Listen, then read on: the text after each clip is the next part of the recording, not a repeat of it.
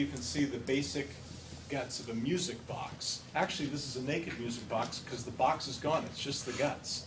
So if you're having a hard time seeing it, let me explain. This is it's like a metal cone. And there's strips of metal. They vary in length from a little bit longer to a little bit shorter. And they're made of steel. And they rub up against this drum. And the drum has these little nubs that stick out, little metal nubs that stick out. And it just looks like it's a random pattern, but it's actually not random. So if you turn the crank, the drum rotates. And at certain points, one little metal tine will get flicked, and then another will get flicked, and it plays a song. That rub against what? These little protrusions on the drum will pick at the little metal pieces. So these are like little tuning forks. When the nub passes by the longest one, it plays the lowest tone. And when it passes by the shortest one, it plays the highest tone. And this is what it sounds like. I'm going to ask you a question, and the correct answer is either yes, no, or yes, but not very well. Can you hear it? No, not very well. Yes, but not very well.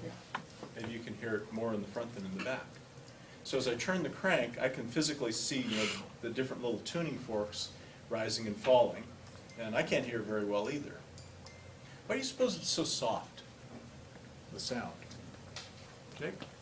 Because if you were going to put it inside the box and I wasn't going to make it, it would. Don't tell me what I'm going to do. Oh. Tell me why it's soft. I defer to Emma. Okay? Because you're not turning it at a high enough rhythm. Like you're not hitting the four. Because they're so small. They're so small. So what? So what if they're so small? Well, they can't slap the air as with as much force. Close. Gene? What is it, the amplitude of the wave? Well, I think that's what Elliot's saying. He's talking about amplitude. Yeah. But the best thing you said, Elliot, was small. Yep. It's tiny. It's tiny. Look at this tuning fork. You hear that one all right? Oh yeah. Look at that area. That's a big area compared to those.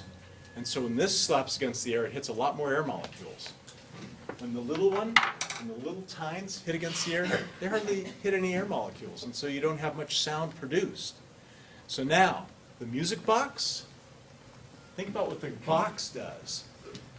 When this tine vibrates, it's bolted to this metal case. The whole case vibrates. And so if the case is in contact with a music box, the whole box vibrates. And now the face of the box, that's bigger than the tuning fork here. So I'm going to put the box on my music box, and I'm going to use Sadia's desk. Ready? Listen. That's without the box. Whoa. Yeah. So now what's happened is I've married this to this. And whatever frequency one of those little tuning forks vibrates at, the whole desktop vibrates at that frequency. So I've amplified the sound by pushing on more air. And so that's the whole point of the music box. You look at the music box and think it looks pretty, but it's really an acoustical thing. The purpose of that is to vibrate at the same frequency as the tuning fork, and therefore push more air, creating a larger amplitude.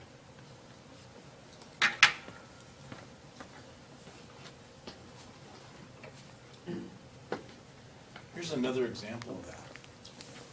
Here's my guitar. And imagine that I took off one of these strings. And I got into your car. And I said, hey, let's go on the freeway. Go really fast. Get up to 80 miles an hour. Get up, here you can. Get up to 80 miles an hour, and I'm going to take my string, and I'm going to hold it out the window. So you get up to 80 miles an hour, and I hold the string out the window. I can do that. It's not too hard. There's more effect on my hands than on the string, because the string doesn't catch much air, right? So now I take the guitar. I say, keep going 80 miles an hour. I'm going to stick the guitar out the window. Oh, I couldn't do it. There's no way. I mean, bam! So what happens when I play the guitar is you think you're hearing the string. You're not. The string doesn't push on much air. The string, though, vibrates against the bridge, and the bridge is attached to the face of the guitar. So when that 82.4 hertz is vibrating in the string, it's causing the whole face of this guitar to vibrate.